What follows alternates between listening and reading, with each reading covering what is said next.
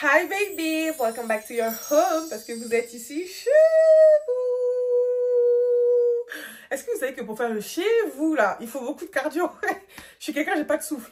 Bref, j'espère que vous allez bien mes amours. Aujourd'hui on se retrouve pour une nouvelle vidéo et on se retrouve pour une KEVS comme vous l'avez vu dans le titre. Après le petit prank que je vous ai fait, j'ai décidé de faire une deuxième semaine de KEVS. Donc voilà, je vous ai pas prévenu parce que c'était vraiment une surprise. Donc j'espère que vous aimez ça. Si vous n'avez pas vu la vidéo que j'ai sortie hier, je vous invite à aller la rattraper. Je la mets dans le petit i comme d'habitude. Et sinon, j'ai mis à jour la playlist des KEVS. Donc voilà, là maintenant la playlist, elle est à jour. Si vous voulez faire vos petits marathons de vidéos, je vous invite à cliquer sur la playlist KEVS qui est sur mon profil. Avant de commencer cette vidéo, n'oubliez pas de vous abonner, liker, partager et de commenter. C'est très important, les gars. Parce que parfois, les statistiques sont en hausse et parfois, les statistiques... parfois, ils sont en baisse. Mais c'est pas parce qu'ils sont en baisse que je vais pas continuer à charbonner, faire mon taf et tout. Mais sachez que c'est très important pour moi, pour le référencement YouTube, que vous soyez abonnés quand vous regardez les vidéos, que vous likez les vidéos. C'est aussi très important. C'est pas un truc en mode on like, c'est pas grave, on like pas, c'est pas grave. Non, liker, c'est très important.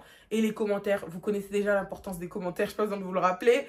Mais en tout cas, tout ce que je viens de vous dire là, c'est pas pour vous embêter. De toute façon, normalement, si vous aimez mon contenu, vous le faites automatiquement. Je sais qu'il y a beaucoup de clandestins là qui regardent mes vidéos en sous-marin, mais qui veulent pas se prononcer. C'est bon les gars, lâchez l'affaire. Lâchez l'affaire, likez, partagez et commentez. Et surtout, abonnez-vous à mes différentes plateformes telles que Snapchat, Instagram et TikTok. Et n'oubliez pas de prendre vos téléphones, faire des petites stories. C'est qui m'appelle? Allô? Allô? Oui, Dédé. Il a envie de te chanter une chanson. Mais de là, si je suis en train de filmer. Attends 2 minutes. Chante.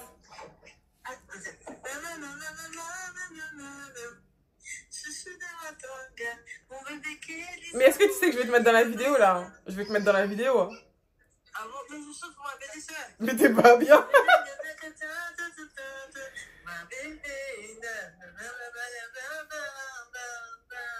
Un bisou, un bisou. C'était ma grande sœur, désolée. Donc j'étais en train de dire, n'hésitez pas à prendre vos petits téléphones et à faire des stories pour que je puisse repartager dans ma story à moi. Bref, l'introduction elle a été trop longue avec la petite pause musique là. Je vous laisse directement avec l'histoire d'aujourd'hui. Alors la KEVS d'aujourd'hui, je vous dis la vérité, j'en ai reçu des histoires cheloues, des histoires bizarres. Mais celle-ci, je la trouve vraiment weird, vraiment chelou quoi. Ça craint. Après, bien évidemment, je suis pas dans le jugement. Je l'ai jamais été pour les KEVS. Mais parfois, faut doser. Je vous jure, parfois, vous me confrontez à des choses où je n'ai pas d'autre choix que de juger. Bref, du coup, c'est la KEVS de Meira. Elle a 20 ans et elle habite avec sa famille. Il faut savoir qu'ils sont 7 enfants. Franchement, parfois, les darons, vous êtes trop courageux. 7 gosses, genre 1, 2, 3, 4, 5, 6, 7. Moi, je peux pas. Personnellement, moi, je peux pas. Vraiment, bravo pour le courage de ces mamans-là. Enfin bref, elle habite avec, bon, pas avec ses 7 frères et sœurs. Mais il faut savoir qu'elle n'a qu'une seule sœur avec elle en tant que, enfin, comme fille. Et tout le reste, c'est des garçons. Du coup, vu qu'elle a beaucoup de frères, vous pouvez vous dire que la cohabitation, elle doit être un peu chelou. Sauf que pas du tout. Déjà, non seulement c'est la dernière. Et en plus, elle s'entend bien avec tous ses frères. Sauf un. Les gars, vraiment celui-là. Je parle pas trop, j'ai pas envie de vous spoil. On continue l'histoire. Le frère avec qui c'est un peu chelou, il a 26 ans et on va l'appeler Idriss pour cette histoire. Je sais pas pourquoi Idriss, je viens d'inventer le prénom là tout de suite, enfin j'ai pas inventé. Mais bref, on va l'appeler Idriss. Depuis qu'elle est petite, Idriss, il est super protecteur avec elle. Donc elle a 20 ans, lui il en a 26, d'accord? Donc il a 6 ans de plus si vous avez calculé. Et vraiment, il a toujours été très protecteur, mais pas protecteur comme ses autres grands frères dans le sens ouais, personne touche à ma petite sœur et tout. Non, là il était vraiment protecteur dans le sens chelou. Je vous en dis pas plus. Mais vous allez comprendre. Et là, vous pouvez vous dire, bon, c'est sa petite sœur, c'est normal qu'il soit protecteur, mais il a une autre petite sœur, donc celle qui vient juste avant Meira.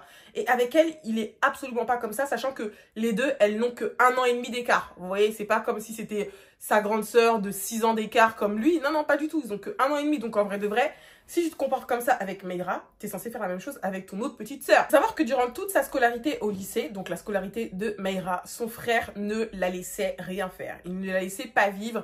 Elle finissait les cours, elle devait directement rentrer à la maison. Elle est à la maison, elle doit directement aller à l'école. Genre vraiment, il la fliquait. Il faisait même des choses que ses parents, à elle, ne faisaient pas. Ça veut dire que elle avait le droit de sortir avec des copines, parce que sa mère lui autorisait, hein, logique. Au lycée, tu demandes quand même la permission. Au lycée, ça va, t'es pas à la fac, t'es pas un truc... C'est vrai que tu demandes la permission. Mais sa mère lui autorisait. À partir du moment où son grand frère entendait qu'elle devait sortir quelque part, il allait directement voir sa mère. Ouais, non, tu lui laisses trop de liberté. Nous, à notre âge, tu nous laissais pas faire ça et tout. Ce qui fait que sa mère, elle avait pas envie elle avait pas envie de faire ressentir aux autres. Je dis aux autres, mais il n'y a que Idriss qui disait ça, hein. Ce sentiment d'injustice. Donc, parfois, elle interdisait à Mehira certaines choses. Pas parce elle avait envie de le faire, mais parce que Idriss venait rajouter son petit grain de sel. Et au bout d'un moment, Mehira, elle en avait marre. Donc elle a posé la question à Idriss. Ouais, c'est quoi ton problème, en fait? Je comprends pas et tout. C'est vrai qu'elle est plus petite que lui, de 6 ans. Mais en fait, elle, c'est le genre de personne qu'il ne faut pas chercher. Ça veut dire que même si tu as 36 ans, si tu fais un truc qui lui déplaît ou tu lui manques de respect, elle va directement rentrer dans le tas et elle va te le dire. Donc, elle a regardé Idriss dans les 4 yeux. Elle lui a dit, c'est quoi ton problème? Pourquoi tu me pourris la vie comme ça? Mais laisse-moi vivre. Et bref, lui aussi, c'est un nerveux, il a le sang chaud. Donc, il voulait s'embrouiller avec elle à ce moment-là, mais il ne l'a pas calculé. Il a continué son chemin et elle ne comprenait pas. Et elle en voulait aussi un peu à sa mère parce que, bah, t'es ma mère, en fait. Même si Idriss dit quelque chose, Idriss, c'est pas mon père. C'est toi que je dois écouter, c'est pas lui. Enfin, je dois écouter mon grand frère aussi, bien évidemment. Mais c'est toi qui as le dernier mot, t'es ma mère. Bref, elle était dans un flou complet, elle ne comprenait pas. Vu que sa mère, elle était entre guillemets contre elle, son papa c'est quelqu'un qui travaillait beaucoup, donc il était rarement à la maison, d'accord? Il y avait que sa mère pour essayer de lui donner la permission, entre guillemets, mais vu qu'à cause d'Idriss, bah elle voulait pas. Mehira, elle a commencé à sortir en cachette, à voir ses copines en cachette, à aller au cinéma en cachette. Donc parfois sa mère le savait et elle la couvrait par rapport à Idriss. Je comprends pas, Idriss c'est pas ton père, genre bref. Du coup, elle sortait sans rien dire à personne. Elle faisait tout ça en soum-soum. Au début, Idriss ne voyait rien. Franchement, il voyait que du feu. Il pensait qu'elle sortait de l'école, elle rentrait, elle est à la maison, elle retourne à l'école. Et au bout d'un moment, en fait, je sais pas ce qui s'est passé dans sa tête. Il a décidé de la suivre. Et les gars, écoutez bien. Écoutez vraiment très très bien. Parce que là, les choses commencent à se corser. Ça commence à devenir un peu pimenté, d'accord? Il a commencé à la suivre. Voilà, donc il la suivait. Quand il voyait qu'elle était avec des filles, elle voyait qu'il la suivait. Ça, je vais pas préciser, mais elle le voyait, d'accord? Mais elle continuait quand même parce qu'elle s'est dit, au bout d'un moment, ça va. Au bout d'un moment, ça y est. T'as vu, on n'est pas en prison ici. Je fais ce que je veux. Donc, quand elle voyait qu'il la suivait, de toute façon, elle faisait rien du tout. Elle était juste avec ses copines. Quand c'était avec ses copines, il calculait pas, il n'intervenait pas. Parfois même, elle le voyait, elle lui faisait des signes de la main en mode, ouais, je t'ai vu. T'as vu ou quoi? Bref, un jour, tout a basculé parce qu'elle est sortie pour aller voir un pote à elle. Je dis pote, entre guillemets, parce que c'est quelqu'un... Elle avait un peu le béguin pour lui, t'as vu, son cœur faisait un peu... Elle l'aimait, voilà, elle l'aimait. Donc, elle disait à sa mère que c'était son pote, mais clairement, c'était un mec qu'elle kiffait, quoi. Un jour, elle est sortie pour aller voir ce mec en question. Et ce jour-là, en fait, elle s'est dit, vu qu'à chaque fois que je sors, Idriss me suit, il voit que je le vois, donc au bout d'un moment, il va s'arrêter. Elle ne pensait pas qu'il allait encore la suivre, sachant qu'à ce moment-là, il n'était même pas censé être dans la ville. Vous voyez, il n'était pas censé être là. Il était parti en déplacement. Il devait rentrer dans environ 2 jours, on va dire. Sauf que, malheureusement pour elle, il était déjà rentré, mais il n'était pas encore rentré à la maison. Donc, elle est partie capter son pote comme si de rien n'était. De toute façon, c'était inoffensif. Ils étaient dehors, ils sont partis manger une glace. Enfin bref, ils étaient en train de traîner dans le centre commercial, quoi. Et c'est pas d'un coup, elle voit quelqu'un débarquer. Et cette personne, c'est qui? C'est Idriss. Donc, quand il a débarqué, il a commencé à péter les plombs sur elle. Ouais, c'est qui, lui? En fait, il a clairement eu le comportement. Si vous êtes connecté avec moi, il a eu le comportement de son mec. Il s'est comporté comme si c'était son mec qui venait de cramer sa meuf avec un autre mec. Bref, il a commencé à péter les plombs sur elle. C'est qui, lui? Tu fais quoi avec lui? Faut savoir que le mec, je dis le petit, parce que bon... J'ai 3 ans de plus, mais il a quand même 20 ans. Il a le même âge que Mehira. Comparé à Idriss, c'est un petit. Vous voyez, Idriss, il n'en a eu rien à faire. Il a chopé le petit par le callback. Et vraiment, Mehira, elle était choquée. Elle lui a dit, mais t'es fou ou quoi? T'es malade, lâche-te. Enfin bref, elle s'est interposée. Et directement, elle a appelé son grand frère, donc l'aîné. Et lui, c'est le grand frère pour qui c'est la chouchoute. Voilà, c'est la petite dernière en plus. Donc vraiment, c'est son petit bébé. Et dès qu'elle l'a appelé, elle lui a dit « Ouais, tout viens, Idriss, il est en train de devenir fou, il est en train de taper. » Parce que son grand frère, l'aîné, il connaît le gars en question. Mehira lui dit tout. Enfin bref, elle se confie énormément à son grand frère. Donc quand elle lui a dit ça, même pas 10 minutes après, il a débarqué. Il faut savoir que lui, il est marié, il a ses gosses, il habite dans sa maison. Enfin bref, c'est quelqu'un de... Il est âgé quand même. Quand il a débarqué 10 minutes après, parce que Idriss n'a pas lâché le mec, vraiment, il voulait en découdre. Quand son grand frère a débarqué, il a dit à Idriss, mais t'es malade ou quoi? T'as pas honte de t'en prendre un petit? Enfin bref, son frère, il a pété les plombs parce que c'est pas normal. Clairement, c'est pas normal de se comporter comme ça. Il a pété les plombs contre Idriss et il l'a chopé, il a dit, vas-y, c'est bon, dégage. Parce que ça avait attiré l'œil de tout le monde, vu qu'il y avait des cris et tout. Le mec qui s'est fait choper par le callback, il s'est pas laissé faire, bien évidemment. Lui aussi, il essayait de se défendre tant bien que mal, mais après, il faut savoir que Idriss, il est quand même gaillard, il est quand même costaud. Enfin bref. Vous comprenez un peu l'image que j'essaie de vous faire percevoir? C'était le chaos total. Donc, leur grand frère, il s'est barré avec Idriss et Meira, elle est restée là avec tous les gens qui étaient en train de les regarder, avec son pote qui lui a dit, écoute, là, franchement, ton frère, il se comporte trop bizarrement. Je peux comprendre que t'as pas envie que ta petite soeur elle traîne avec des mecs. Mais là, on faisait rien, tu vois, on est juste venu manger une glace, on est dehors, c'est même pas comme si je t'avais ramené chez moi, on est à huis clos, personne nous... Non, en fait, on est juste sortis. Ton frère, il est bizarre, il se comporte de manière chelou. C'est comme s'il venait de voir sa meuf avec un autre mec. Quand son pote il lui a dit ça, Meira elle a dit mais ouais son comportement il est vraiment trop excessif. Mais elle était tellement timide et franchement les gars je me mets à sa place, je la comprends la honte. Genre dans un centre commercial où il y a du monde, t'es là tu viens taper un scandale, la honte sachant que je suis quelqu'un de timide en plus. Oh my god, j'aurais trop voulu disparaître. Et c'est ce qu'elle a fait, clairement elle a dit à son pote désolé et tout mais je vais rentrer, voilà je me sens pas bien. Donc elle est rentrée chez elle. Faut savoir que Idriss il était parti avec son grand frère, je sais pas où, voilà son grand frère il a dit ouais faut que je te parle et tout, tu commences à faire des conneries là, bref. Son grand frère, il est parti parler à Idriss et elle est rentrée chez elle. Dès qu'elle est rentrée, bien évidemment, elle est partie prendre sa mère et elle a dit, eh, vraiment, parle à ton fils parce que vraiment là, je comprends pas ce qui lui arrive et tout. Déjà, il me suit partout quand je sors. Sa mère, elle a dit, ah ouais, il te suit. Je pense que la maman, elle était au courant. Mais elle a commencé à péter les plombs en mode, déjà, il me suit. Et en plus, là, tout à l'heure, il vient de me taper la honte et tout. J'étais avec mon pote. Enfin bref, elle a expliqué la situation à sa mère.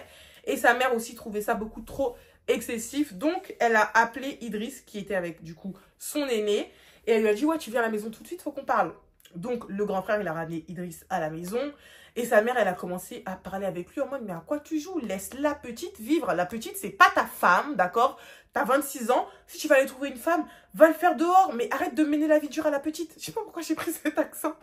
Elle lui a clairement fait comprendre, laisse ta soeur tranquille, laisse-la vivre. Idriss, il a commencé à péter les plombs. Ouais, tu la défends, tu la laisses voir des mecs, blablabla. Vous voyez les grands frères...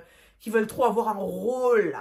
Et bien, c'est exactement la réaction qu'il a eue. Et Meira, elle a dit, laisse-moi vivre. Bref, cet incident, il est passé. C'était l'après-midi. Donc, Meira, elle est restée pratiquement toute la journée dans sa chambre.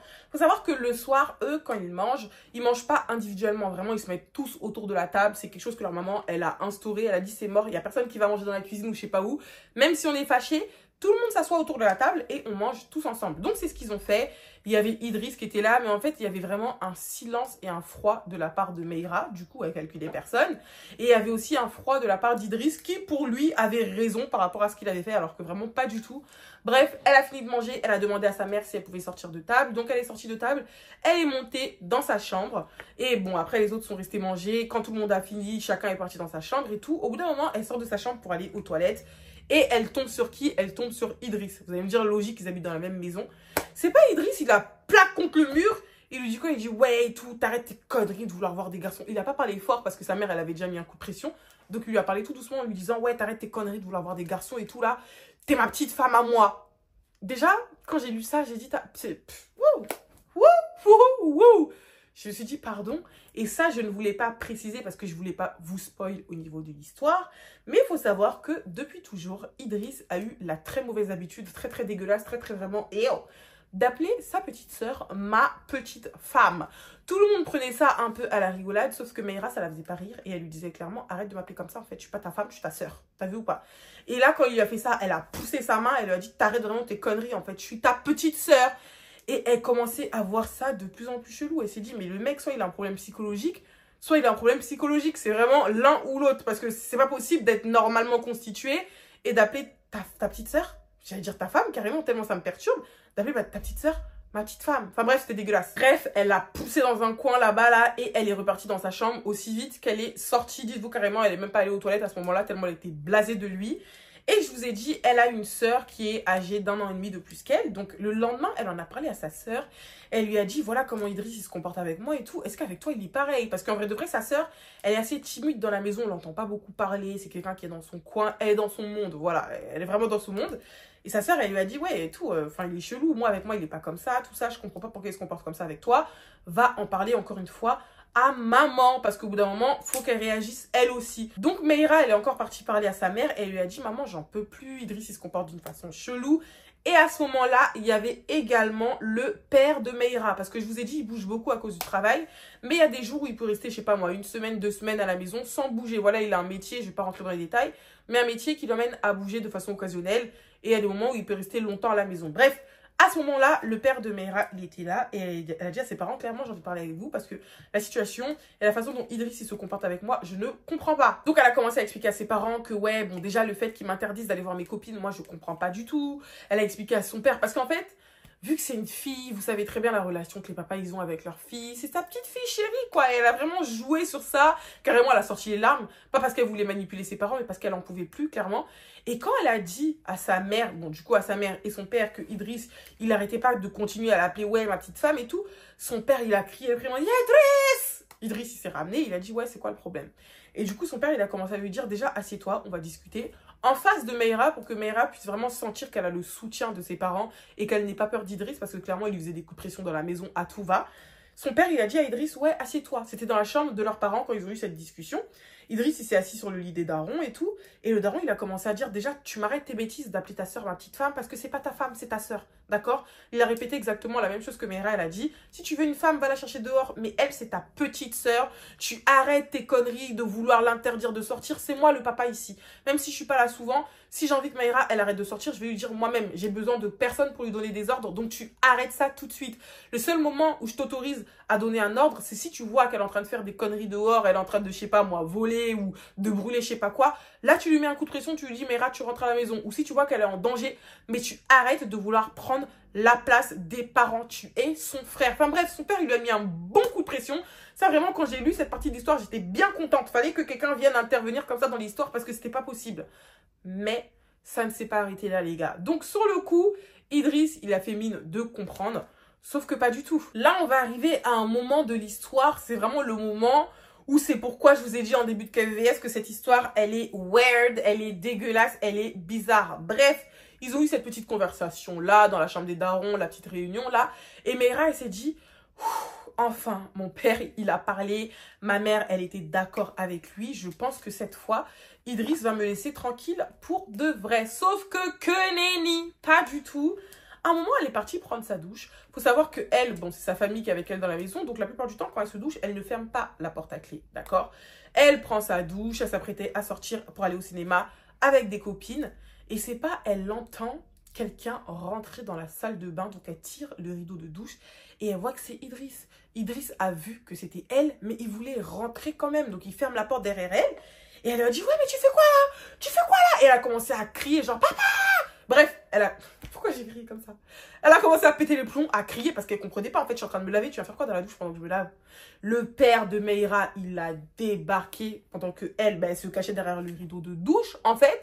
Il a dit à Idriss, mais qu'est-ce que tu fous là? T'as pas entendu ce que je t'ai dit tout à l'heure? Tu vois pas que ta soeur est en train de... Qu'est-ce que tu veux réellement? Enfin bref, son père, il a commencé à péter les plombs. Et je pense que lui, il a réalisé que Idriss, il avait un gros problème. Parce que c'est pas possible. Je peux pas te faire asseoir, même pas une heure avant pour te parler et te dire de laisser ta soeur tranquille. Et toi, tu vas dans la salle de bain pendant qu'elle se douche. Pourquoi faire? Pourquoi faire? Tu peux pas attendre qu'elle finisse? Bref, son daron, il a pété les plombs et il lui a dit, écoute, tu ramasses tes affaires parce que là, c'est plus possible. Tu prends tes affaires et tu te casses. Je ne veux plus te voir chez moi. Tu t'en vas d'ici parce que là, c'était vraiment... Il devenait un danger pour Mehra. En fait, moi, je me demande qu'est-ce qu'il allait faire à ce moment-là. Pourquoi? Bref, c'est vraiment parti en cacahuète. Le soir, quelques heures après, le père de Mehra, il a réuni. Il a réuni toute la famille. C'est trop fou. Il a réuni toute la famille, donc les 7 enfants, papa, maman. Et il s'est dit, bon, je vais faire une réunion parce que là, en fait, faut pas que les gens apprennent que j'ai viré Idriss, alors que clairement, il ne l'a pas viré pour rien. Donc, il a réuni tous ses enfants et il leur a expliqué la situation. Voilà comment votre frère se comporte avec Mehra. Voilà ce qu'il a fait, raison pour laquelle je lui ai demandé de partir. S'il remet les pieds dans cette maison par le biais de qui que ce soit d'entre vous qui est assis ici, là, cette personne, elle va avoir affaire à moi parce que je suis désolée, mais au bout d'un moment, il faut protéger la petite. Et là, il commence clairement à avoir un comportement de prédateur. Dites-vous, pour qu'un daron puisse dire ça de son propre enfant, c'est que vraiment, Idriss, il a dépassé les limites. Et je suis très fière du comportement de son papa. Parce que c'est pas tout le monde qui aurait réagi comme ça. Enfin bref, les autres aussi, c'était dans l'incompréhension. Ils se sont dit, mais... pourquoi Idriss se comporte comme ça? Enfin bref, tout le monde était d'accord avec le daron. Et c'est comme ça que Idriss, il est parti. Là, actuellement, ils ne savent pas où il est. Il a donné aucune nouvelle. Mais vous allez me demander, Kéline, du coup, vu que ça s'est arrangé, entre guillemets, pourquoi est-ce que tu nous racontes cette KEVS? Je vous raconte cette histoire parce que actuellement, Mehra, elle culpabilise. Elle se dit que bah, c'est de sa faute, en fait, si Idriss, il est plus là. En plus, elle voit sa mère au quotidien être triste parce que Idriss ne donne plus de nouvelles à personne, d'accord? Vraiment personne, même plus les autres et tout. À moins que les autres ne veuillent pas dire qu'ils sont en contact avec Idriss. Mais en tout cas, de ce qu'elle sait, elle, il ne donne de nouvelles à personne. Donc vraiment, elle se sent pas bien, elle culpabilise. Elle se dit que malgré tout, malgré son comportement de zinzin, ça reste son frère. Est-ce qu'elle aurait dû parler à son père? Enfin bref, elle culpabilise de fou et elle aimerait savoir ce qu'on pense de sa situation. Est-ce qu'elle a raison de culpabiliser? Est-ce qu'elle a bien fait d'en parler? Désolée si vous entendez la moto à côté. Mais elle aimerait avoir notre avis par rapport à sa situation, par rapport à sa position et par rapport à son histoire dans la globalité. Donc, dites-moi ce que vous en pensez dans les commentaires. Qu'est-ce que vous aurez fait à sa place? Et est-ce que vous estimez qu'elle a pris une bonne décision? Dites-moi tout ça. Vraiment, écrivez les commentaires. Quand je vous dis de commenter, c'est pas pour rien. Commentez vraiment cette situation parce que de son côté, elle a besoin d'avis. Et je vais vous donner mon avis maintenant. Alors déjà, pour moi, ma belle, quand j'ai lu le début de ton histoire, bon, j'ai déjà parlé avec toi par mail, mais voilà, je suis obligée de donner mon avis pour que la communauté aussi puisse l'avoir. Tout ce que je vous dis là, je lui ai déjà dit à elle, comme pour toutes les KEVS, hein. Pour moi, quand j'ai lu son histoire, je me suis dit, mais attends, mais il se comporte vraiment comme un mec qui kiffe sa sœur. Enfin, bref, c'était trop chelou pour moi. Je pense que tu as pris la meilleure décision, la décision d'en parler à tes parents. Tu n'aurais pas pu mieux faire parce que sinon, tu aurais continué à vivre avec quelqu'un qui te met la pression tous les jours. Tu n'es même pas à l'aise dans ta propre maison avec quelqu'un comme ça. Enfin bref, tu as vraiment bien fait d'en parler. Pour moi, tu ne dois absolument pas culpabiliser. Tu n'as rien à te reprocher. Toi, tu as eu ton comportement, le comportement d'une jeune fille normale. S'il y a quelqu'un qui doit se reprocher quelque chose ici, c'est lui et c'est pas toi. Et vraiment, ça, j'insiste sur ce point-là parce que, bon, là, je parle globalement, mais la plupart du temps, quand il y a une victime dans l'histoire, elle a tendance à penser que c'est elle la coupable, alors que pas du tout. Ma belle, tu n'es pas la coupable, tu es la victime dans l'histoire. Et vraiment, mention spéciale à ton père qui a su prendre les devants et qui a su prendre des décisions radicales parce que c'est pas facile de mettre son enfant à la rue. Mais il s'est dit au bout d'un moment, il faut que je protège l'un de mes enfants. S'il y en a un qui commence à devenir chelou, eh ben, il faut que je l'éloigne de l'autre. Et c'est exactement ce que ton papa, il a fait. Tu dois pas culpabiliser. Dis-toi que si même lui, il a réussi à voir que tu commençais à être, je vais même pas mettre des guillemets à danger parce que vraiment, qu'est-ce qu'il allait faire dans la douche ce jour-là?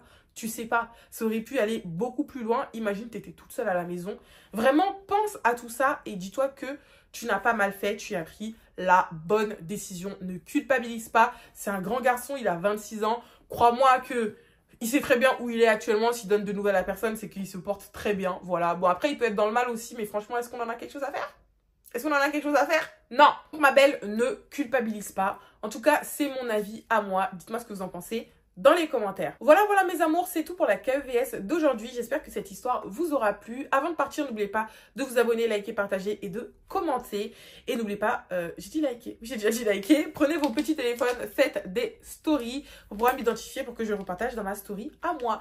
C'est tout pour moi. On se dit à demain pour une nouvelle vidéo. Je vous fais de gros bisous.